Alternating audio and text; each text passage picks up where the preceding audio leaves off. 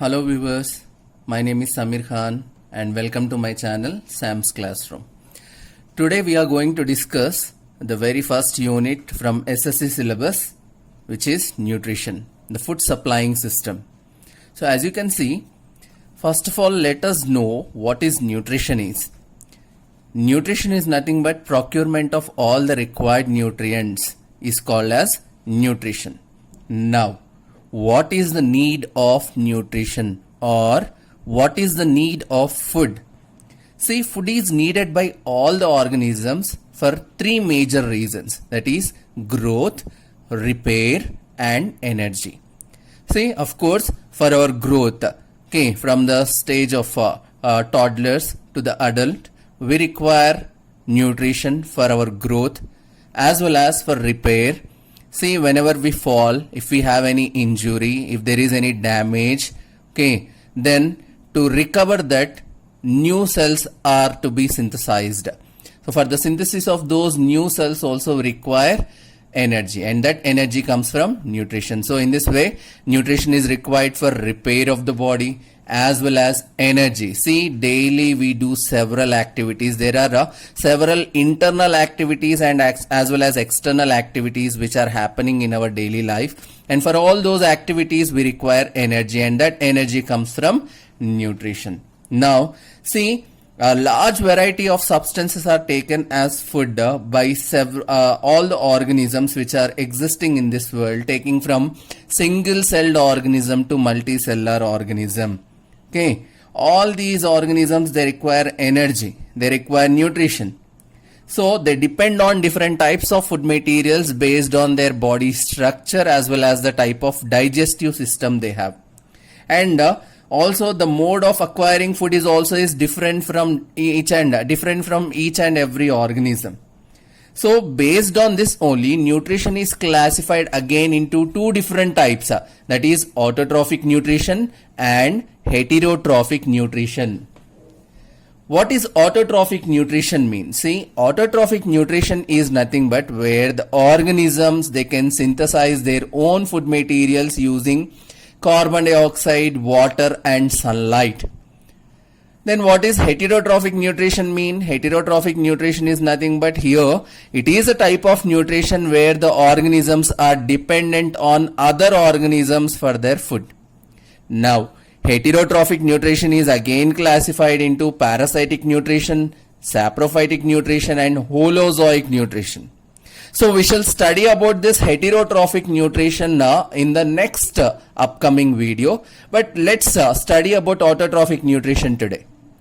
See, as just now I have described what is autotrophic nutrition mean. It is a type of nutrition where the organisms, they can synthesize their own food materials like using simple inorganic substances like carbon dioxide, water, and in the presence of sunlight they'll convert them into carbohydrates. Now where does this also autotrophic nutrition takes place? It takes place mostly in the plants, algae and some photosynthetic bacteria. So these are the examples for those organisms which perform autotrophic nutrition. Now coming to the next topic, which is photosynthesis. See, before going to this, let me remind you one thing about plants. See, plants, they are also called as universal food providers. Why? Because they not only synthesize their own food materials using this process which is called as photosynthesis, but also they are providing food for all the other organisms which are living in this world. So somewhere these even carnivores also are dependent on the plants only. So all the organisms which are existing in this world, either directly or indirectly, they are dependent on the plants only for their energy. So that's why plants are also called as universal food providers. Now coming to this topic, photosynthesis. Photosynthesis, as the name itself it is indicating, photo means sunlight, synthesis mean production. Okay, so here the plants, they utilize sunlight to produce carbohydrates, so that's why it is called as photosynthesis. Or else we can even simply define it as it is a photochemical process where carbohydrates are formed from carbon dioxide and water. in the presence of sunlight, and it happens only in green plants. So this is the definition for photosynthesis. So let me define it once again for you people. It is a photochemical process where carbohydrates are formed from carbon dioxide and water in the presence of sunlight in the green plants. Or else we can even define photosynthesis as a process where simple inorganic substances like carbon dioxide and water are converted into organic substances like carbohydrates in the presence of sunlight, and it happens only in the green plants. Now, for several centuries, scientists they were trying to find out the equation for photosynthesis, and finally C.B. Van Neel in the year 1931, he found the equation. He has got the equation for photosynthesis. Okay, so according to him, he says that for every molecule of glucose produced, one molecule of water and one oxygen molecule is produced. Okay, so he gave us the raw equation, that is an unbalanced equation based upon a activity which he performed. So what he did is he took purple sulfur bacteria and exposed the purple sulfur bacteria to the hydrogen sulfide H2S. When he exposed this purple sulfur bacteria to hydrogen sulfide, a purple sulfur bacteria, it has absorbed all the hydrogen from it and expelled out the sulfur. So from there he envisioned the similar process might be happening in the plants also.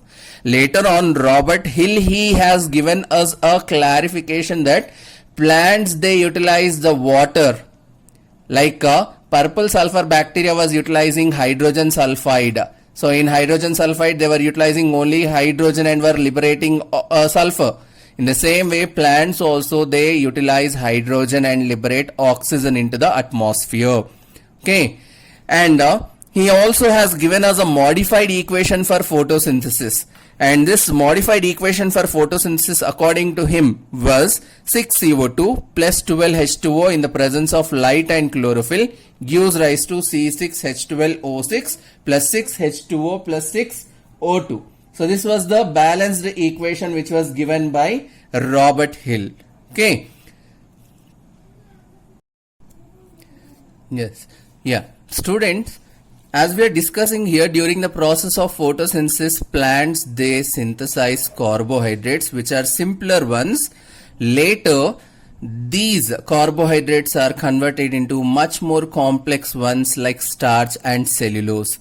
And plants are also capable of synthesizing all other components like proteins and fats. Now comes a question here. See, we are saying that plants they are producing starch during the process of photosynthesis. Now, how can you prove that plants are producing starch in the process which is called as photosynthesis? See, for this we shall have our first activity, which is nothing but presence of starch in leaves, which is also is called as iodine test.